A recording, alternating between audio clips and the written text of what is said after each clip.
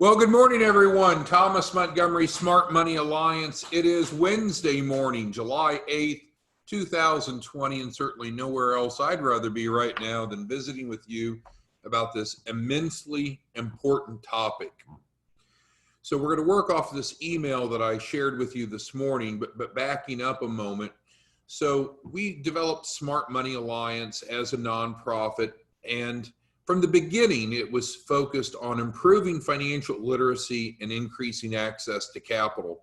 The real focus primarily has been on working with small business owners and that curriculum.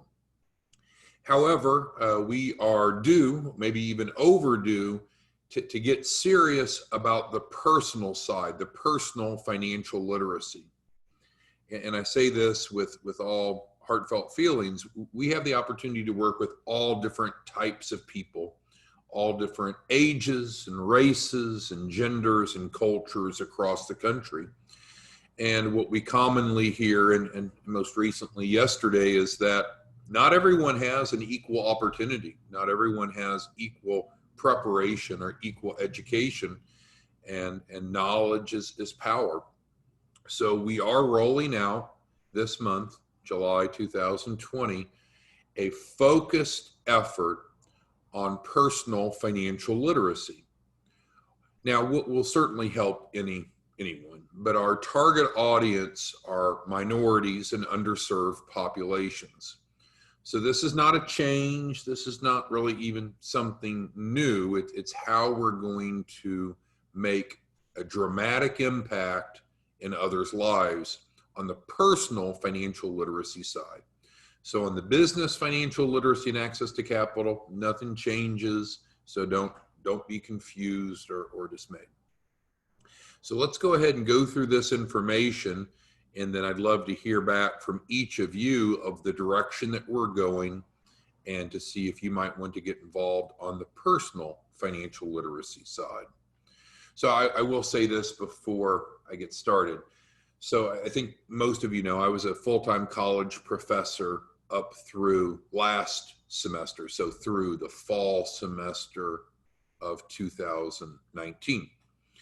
And I taught financial literacy, out of a textbook to students. It was actually a hybrid class. They came into class on Tuesdays. The rest was online. And I taught other classes as well. But when it came to financial literacy, and these were primarily young adults, not all necessarily directly right out of high school, but younger adults.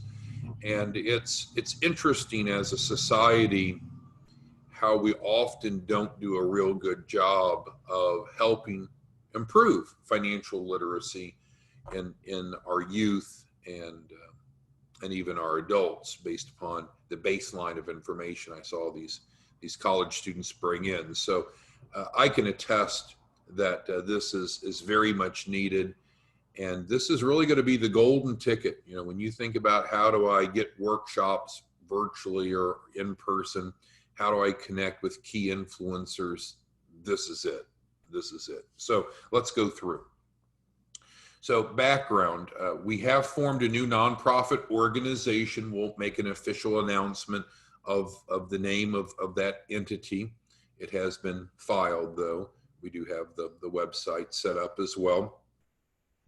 And we are looking for board members, which are our leadership team. There's no cost to be a board member. You're not buying anything. You're not selling anything. But we'll talk more about that. So we're going to have a specific standalone nonprofit, which we'll pursue 501c3 status for, of course, that will be focused on this initiative. And we'll talk more about the board member roles here in a moment. But this, again, is a big deal. By having a very targeted focus on minority and underserved populations and financial literacy, and branding that is consistent with that, we're going to have a remarkable opportunity to grow very quickly. Because when we go into churches and other organizations and associations and community groups, there's really no saying no to us. Because who can be against improving the financial literacy of minority populations? Who could be opposed to that, right? No one can. And I'll talk more about the curriculum and what we do to help them in a moment to further validate. So this is a home run. Now, the way that the mission is structured, our goal is to address in a 6-prong approach to improve financial literacy of minority populations. Number 1 is debt management. We see so often, and again, we work with such a big database of clients that sometimes we see disparity. We see that in many cases, minority populations are coming to us on the business funding side with greater debt and often with more challenged personal credit. So we certainly want to help improve the community's debt by reducing debt and by improving credit, because then when you do need to use debt, even if it's for a car loan, for example, it reduces the cost. We want to help our customers through this initiative have better access to capital on a personal front, so they can own a home, and they can have low interest loans versus high interest loans, and so forth. Secondly, the second prong of emphasis is for cash flow. Now, this is from an individual perspective, not businesses, but we really need to think of our household. Rather, we're single parent, which so many of minority families are. But we need to think about our household as an economy. And we need to have income coming in and manage the expenses. And of course, then we need to do good things with the difference to be able to save and grow our money. So we're going to teach about cash flow. Emergency funds are incredibly important, not only to be able to repair the car or other unexpected expenses, but it reduces stress. When we have that cushion there that we can pull from when something happens, so it doesn't throw us into a tizzy. And that allows us to focus on our families and our communities and our jobs and so forth. So many people, and we'll talk about some statistics in a moment, do not have an emergency fund. It's not their fault necessarily. They may not have the means to create it. They might not have the knowledge or the support to put all this together. That's what you and I are going to do. We do need to have proper protection. You know, if you're a renter and you see these terrible incidences when an apartment building burns down and that tenant didn't have renter's insurance. So now not only are they going through the stress of not having clothes or personal possessions or the like, they also don't have the money to go replace it, which a renter's insurance policy could have helped with. That's just an example. We don't sell renter's insurance, but I'm just explaining having proper protection is key. It's key. So we're going to teach about those and principles. We're not out selling renter's insurance. We need to help people understand how to build wealth.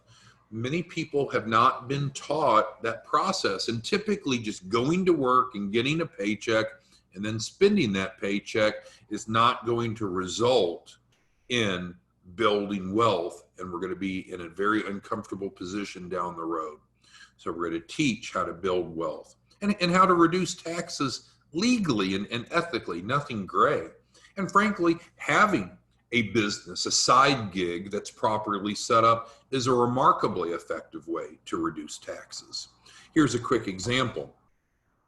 You know, if individuals are looking to grow their income, if they set up their side gig or side business, whatever it may be, properly, now all of a sudden when they buy their new vehicle, they can buy a new vehicle in the company name.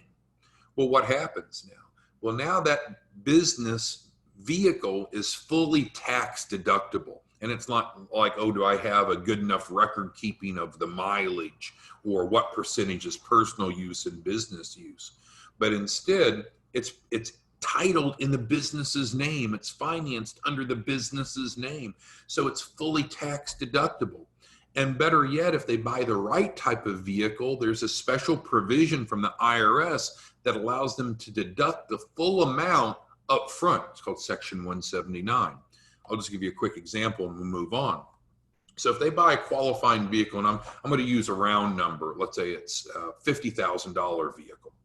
So normally what happens is you pay that with after-tax money, and if you want to deduct any part of it, you have to have these great record logs of how many miles you drove personally in business. But if we can show them how to buy that vehicle in their business's name, if that's their circumstance and preference, now not only is it fully tax deductible, but the IRS allows you to depreciate the full $50,000 now instead of a little bit each year as you pay it off. So that creates 20, 30,000, maybe 35,000 of positive cash flow for that individual. So again, it's not secrets or gray strategies. It's just what often people are not being taught. And then we need to preserve wealth. And I think most of us that have children, we want our children to have a better life than we've had, and we want to leave a legacy. And dying broke is much more difficult to be perceived as leaving a legacy. Okay, next. So we've got the curriculum. The curriculum was provided to us by the FDIC. And if anyone knows about money, of course, it's the FDIC. And we have the PowerPoints, the speaker's notes, the participant handouts. It is ready to go, and it can be taught in person or online. Now, after the education, we want to apply that knowledge. You see, there's lots of free information out there.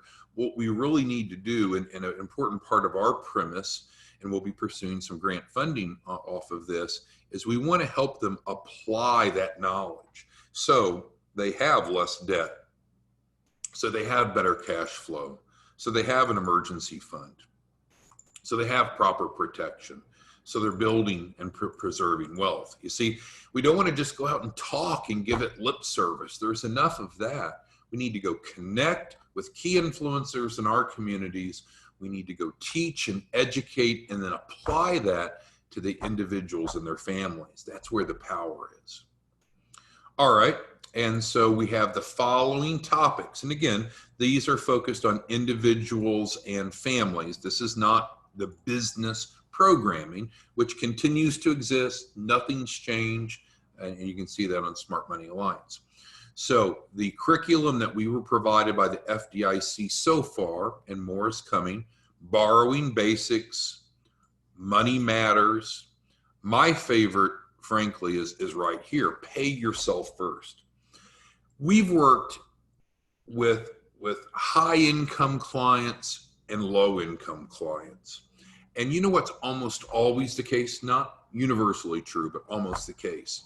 People tend to spend whatever they make. So we've had clients that made $400,000 a year and they're spending it all. And we've had people making much, much less than that. So what we need to do, in my opinion, our opinion, is educate and then help them have a structured approach to savings. Otherwise, we don't have that emergency fund and we're not building wealth. If we wait until the end of the paycheck to see what's left over, it's unfortunate for most of us. Human nature is there's not going to be anything left over. We have to save off the top. And that's the concept of paying yourself first. So that's what we'll be doing, is helping them get their affairs in order and creating specific plans for them based upon their circumstances and their goals. It's great. It's great. Consumer rights. Credit is a big deal, and we see this frequently. And many of you, quite frankly, come to us, many of our distribution partners, and we see credit scores in the 400s and 500s. And we're not judging anyone, but your credit matters a lot. It can impact your ability to buy a home or have transportation. It can even affect our employment outlook. It affects our cost of insurance. It's a big deal, and no one should have bad credit. Credit is fluid. It can be managed. It can be improved. It can be optimized.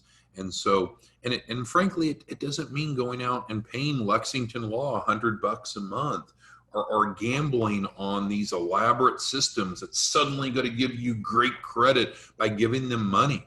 It's not about that. It's about knowledge and managing our personal credit. And then financial recovery, and this is an incredibly important one, especially as we get through the latter half of this year. The extra $600 unemployment allocation ends at the end of July. There's over 100 million Americans that have deferred, well, no, I stated that wrong. There's over 100 million accounts that Americans have deferred on. So it could be one American deferred on multiple accounts, but those are credit cards and or mortgages and or car loans. So there's this building of debt, because deferment doesn't mean the debt goes away. It just means you don't have to pay it right now. So there's going to be so many people that's going to need this. And this topic alone, I just cannot imagine if we do this properly together and go speak to churches and community organizations, how we can't get audiences and every one of them. How are they going to say no when we're explaining we are here to improve the financial literacy of minorities in our community? How can they say no to that? They can't. They can't. All right, so what are our goals? We want to improve how they feel about their current financial situation. Currently, less than, and this is from a recent survey, not that when we did a national survey, less than 2 out of 10 minorities currently feel positive about their current, or feel secure in their current financial situation.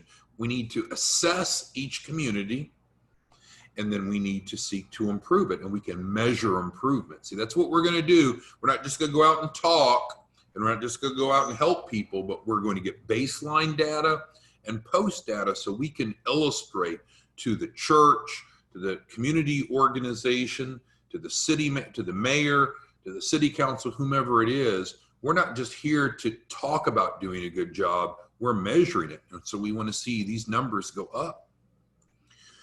We're going to, our second goal is to improve knowledge about key concepts. And an example that I taught to the college students was about compounding interest and things like the rule of 72.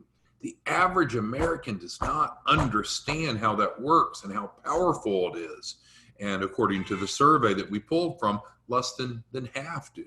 So again, we want to measure in your community and then improve. We talked about emergency funds a moment ago. Only 23% have emergency savings to cover 6 months. I'm frankly surprised it's that large of a number, but 28% report having no emergency savings at all. We can't live that way.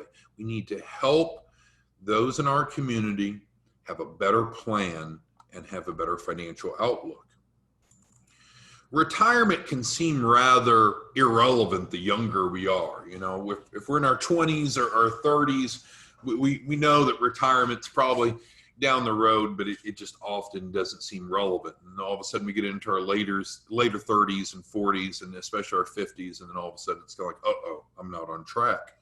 So we need to go out and we need to educate and teach and help individuals, rather they're 18 and just getting started, or 68 and wishing they were retired, to help them better manage their money. Now, ultimately, if we don't have enough income, our credit's probably not going to be too good because we can't afford to pay our bills on time and life is expensive. If we don't have enough income, we're probably not saving enough for retirement. Income is kind of the nucleus of having good financial planning.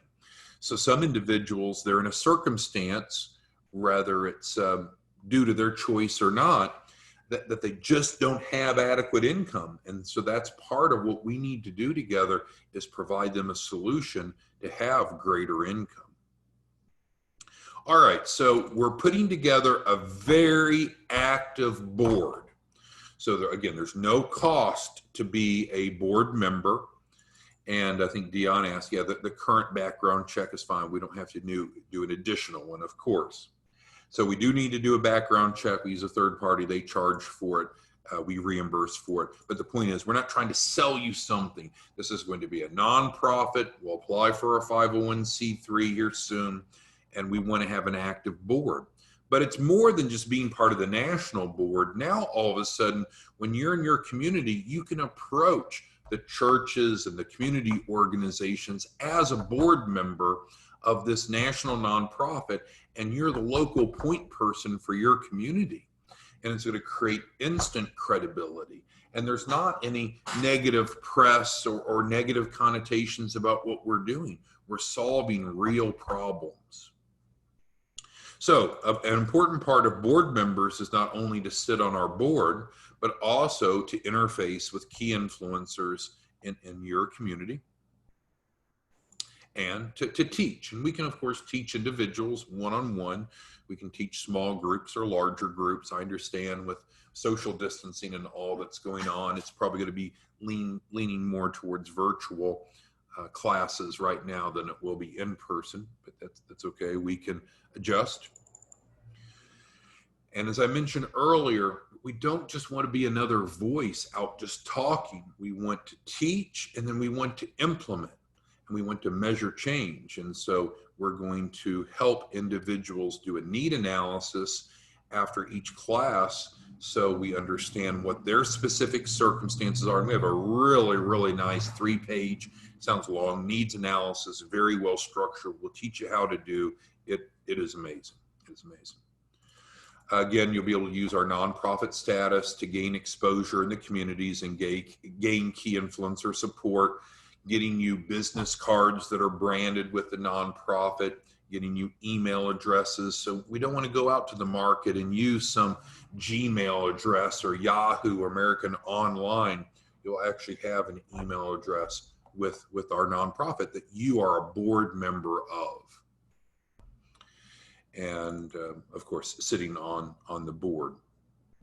So that is an outline of the vision of the problem that we're trying to solve, how we propose to solve it, and how we would like to get you involved. So at this point, I'd like to start getting your feedback on this, because this is more than a pie in the sky idea. It's happening. We filed the nonprofit paperwork this morning. The website URL is reserved. The website itself is not developed, but the URL has been purchased, and we're moving forward. So now we're looking for leaders that want to get involved. Okay, so let's look at some of the feedback that you all have and make sure that we're answering your question. James says, excellent. Thank you, James. Peggy says, count me in. She has specific information and a lot of connections. That's outstanding. And I'll tell you, Peggy, we're trying to set this up so it's irrefutable is maybe the word, is that we're going to be properly positioned so we can go to any church, any community organization, any association, and they really can't say no, because what are they saying if they say no to our ability to help improve minorities' financial literacy? They can't say no. They can't afford to say no, because it has too large of a connotation of their philosophy, and we're positioning this that we're going to be able to help a lot of people, and again, we're not here to talk about that today, but you'll make a lot of money, because while we're not going to charge the people anything, right? We're not charging them anything for the education. We're not charging them for that needs analysis. But what happens is the financial service industry will pay you a boatload for helping set up these structures and helping these clients. And so, yeah, it's a 6 or 7 figure income for each board member, but we are not charging the participants anything. All right, so let's see what other questions we have. Toussaint says, this is an excellent plan. And yes, so we'll certainly help you if you decide to become one of our board members, Toussaint, to be able to effectively leverage this. So what will include, of course, branding is so important. So we'll create a press release announcing that you're a new board member. Again, we're not selling anything. It's not costing anything. So we'll have the press release announcing that you're a board member and that you're focusing on working with minority populations in a given defined area. We'll make sure that you have your business cards as a board member. We'll make sure that you have your branded email address. The website will, of course, be up soon. And yeah, you'll be well positioned for success, and we won't launch it otherwise or until then. So no worries there, Toussaint. Yep, Puerto Rico is great. Yes, ma'am. So it'd be, we will focus on the U.S. and U.S. territories. Thank you, Tracy. We'll be doing the needs analysis training. So again, you know, we're doing the soft launch of this today here on July 8th, and we're putting the pieces together. Right now, what we're wanting to do is to determine who would like to be on the board. We'll soon have a way for you to officially request to be on the board. Again, no cost, not selling anything. We'll do the background check, and we'll start having weekly board meetings. I mean, this is going to be real. This is not just a shell game. So Tracy, that training is forthcoming. Robert says he loves this as a minority in San Francisco. Great access to this community. Absolutely. And there was some thought, you know, should we have different initiatives for different minority populations, the African-American population, the Hispanic population, and so forth. But I think there's enough commonality that we're going to approach the entire minority population as a whole, recognizing that there are some unique issues. For instance, there may be language barriers as we're working with the Mandarin Chinese in Los Angeles, as we've been approached about. But regardless, we will navigate through that. Jackie asks, so will everyone have their own nonprofit? Well, no, I think we lose momentum and national traction if we went out and formed 1,000 different nonprofits. And so the nonprofit that we're inviting you, no cost to sit on the board of, has been filed. We're waiting for it to come through, and you will not have to do any of that. The infrastructure is going to be there, so you can just go out and help people and get paid. Thank you for asking. Annette says this is an excellent program, well needed in her community. Thank you, Annette. We are super excited. And again, this does not distract from anything that we've talked about of working with small businesses and accessing capital. This has always been envisioned that we would have a strong personal financial literacy component. It's been on our website since the beginning, but we are now ready to launch that. The time is now. Natalie says this sounds awesome, and she wrote it in all caps. She wants to be involved. Excellent. Charlotte says she's in. Joseph would like to be a board member. Very good. Yeah, and again, we'll create a formal processes for all of this. Again, today is meant to be a soft launch to let you know where we're at. And we should get by Monday, we should have the entity officially formed. Tracy says she has a major, with a capital M, major association that this would work for her as a board member. She's asking about training, and so yes, ma'am. So I think by next week, we'll have the entity formed. We filed it this morning, but we'll have it formed, so we'll be ready to start implementing next week. This is an opportunity to talk and start thinking and start planning. So no one will be left behind. James says this literacy is needed in his community. Thank you, James. Oh, Toussaint's asking about the income. And I'll answer Toussaint's question. I'm a little bit uncomfortable because you can see what we've covered here has been very much based upon the mission and the programming and the focus. But I do want to answer Toussaint's question. So how does it generate income for our board members?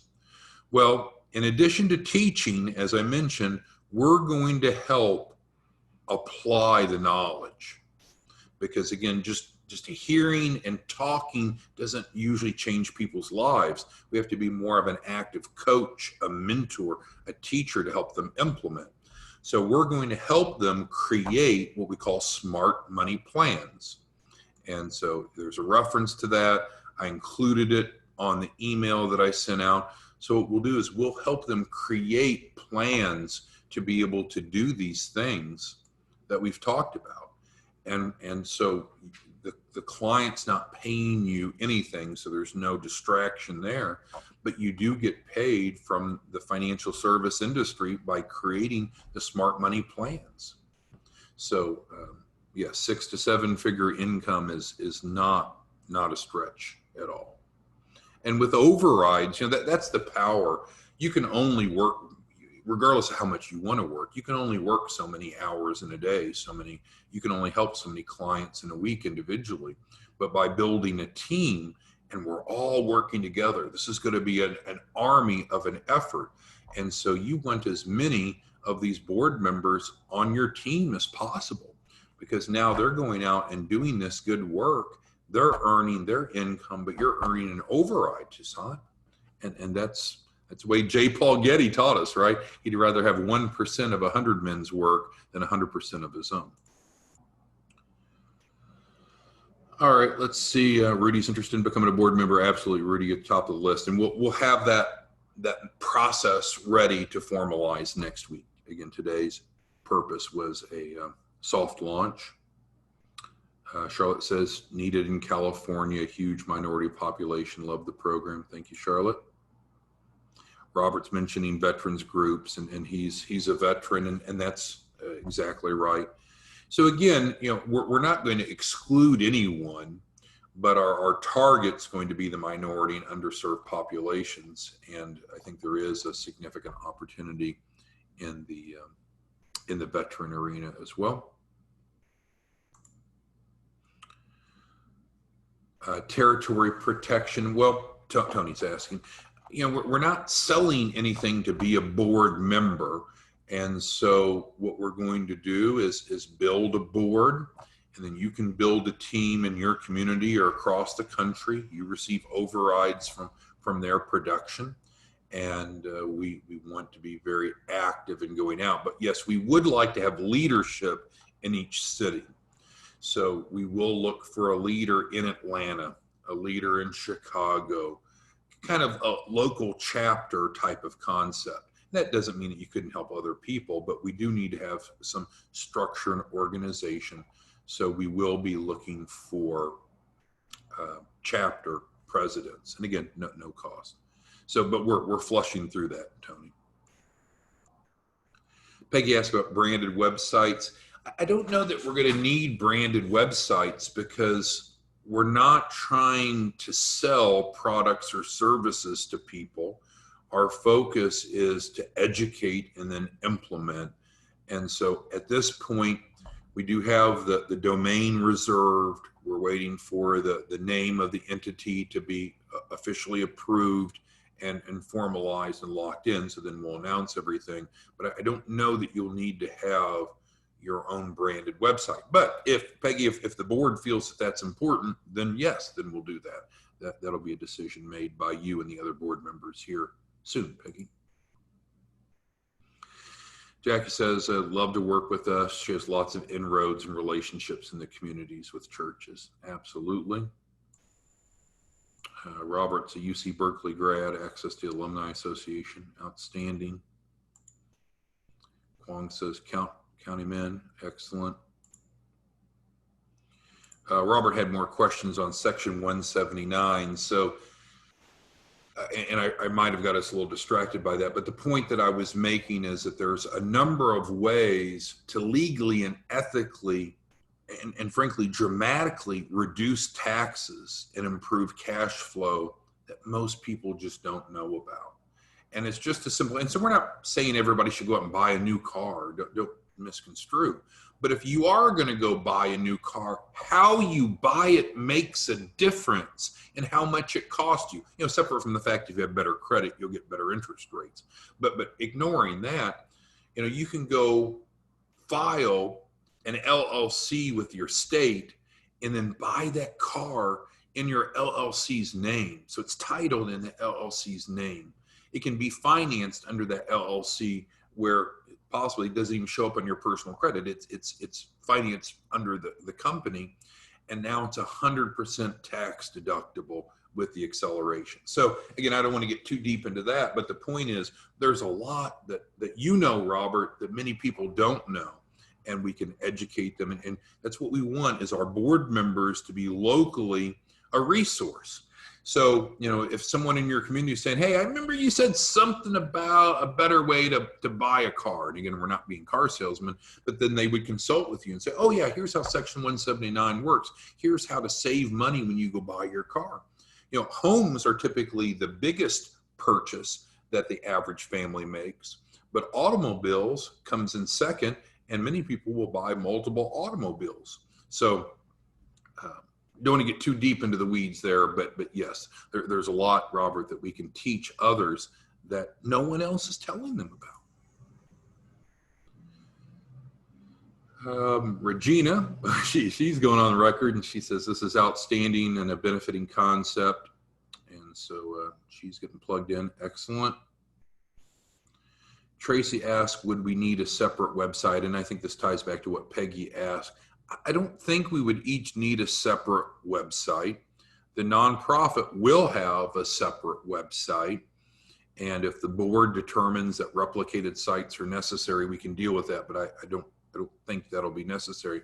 I think what we can list on the main website are the local chapters, list all the board members. So you're listed there.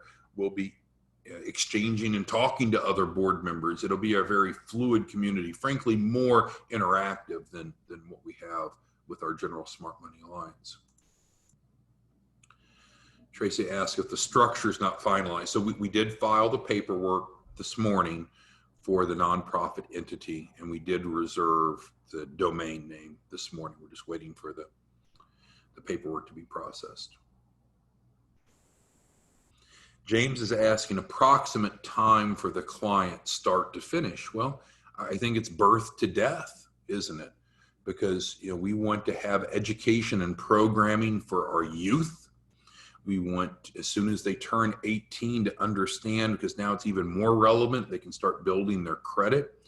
And then as we progress through age, we have different needs, right? Often we start our families as young adults, and then our children grow and we become empty nesters. So the start to finish time, James, would be from age 0 to death. I think that's the spectrum that we're trying to help people with. Tobin asked, do veterans get discounts for signing up for funding? Well, you know, this is not about funding. This is about personal financial literacy and accomplishing these things. So, Tobin, I don't know what discount they could get. I apologize. I don't understand the question. Mr. Harvard, thank you for joining us. He says it's a great initiative. Yep, very good. Mr. Small is affiliated with a community board in Harlem, and this sounds wonderful. Yes, sir. Yeah, so it's going to be awesome. So for those of you that already have some community ties, this is going to be, I think, a very easy conversation to have. But equally as importantly, those of you that aren't as connected as Mr. Small is in his community, you'll be able to go stimulate these conversations painlessly now, because they really can't say no. What we're doing is so important to such a targeted population. I don't think they can say no in terms of allowing us to teach. All right.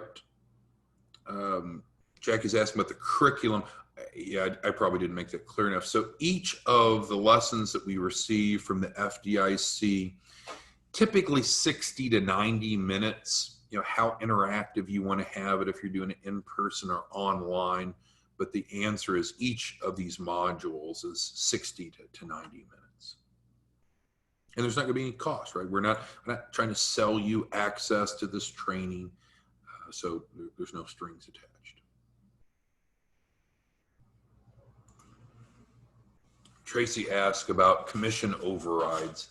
So you'll certainly have a hierarchy. And so board members that you bring in that also come in at no cost other than just the background check will be hard coded into your hierarchy. And so then as we're setting up smart money plans, then commissions are paid out, not out of the participant's pocket, but from the financial services industry.